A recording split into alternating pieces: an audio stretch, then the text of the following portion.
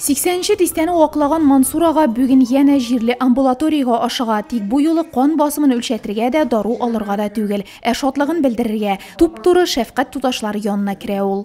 Ничек шатланмаска инде, авыл халкына шундый зур бүләк. Иске белән ягына чагыштырып булмый инде, яңа гел яхшы инде хәзер. Современный. Мондый гаҗәпләнүне килгән һәркем кичерәди амбулатория персоналы. 200 квадрат метрдан артып киткән бинаны шынлап та танырлык түгел. Җирле амбулатория якындагы 5 торак пунктка хезмәт күрсәтә. Бу 1600-дән артык кеше дигән сүз. 5 кешелек көндезге стационар бар. Жители заходят к нам. Авыл кешеләре керәләр дә ремонтны күреп шатланалар. Моңа чаклы түшәмнән дә, диварлардан да буяулары кубып төшә, идәннәре дә иске иде.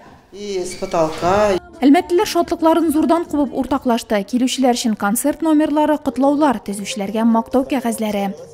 Я думаю, что в отремонтированном виде она будет служить людям, вам служить.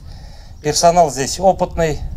Районның баш табибы сүзләренә караганда, алга таба амбулатория 350 мең сумга җиһазландырылачак. Моннан тыш элмә токталар, кабинет ишегенә язуларга заказ бирелгән. Димәк, алда әле объектны тантаналы ачуда булачак. Гөлназ Хәсән, Илшат Мәхмүтов, Нурлат хәбәрләре.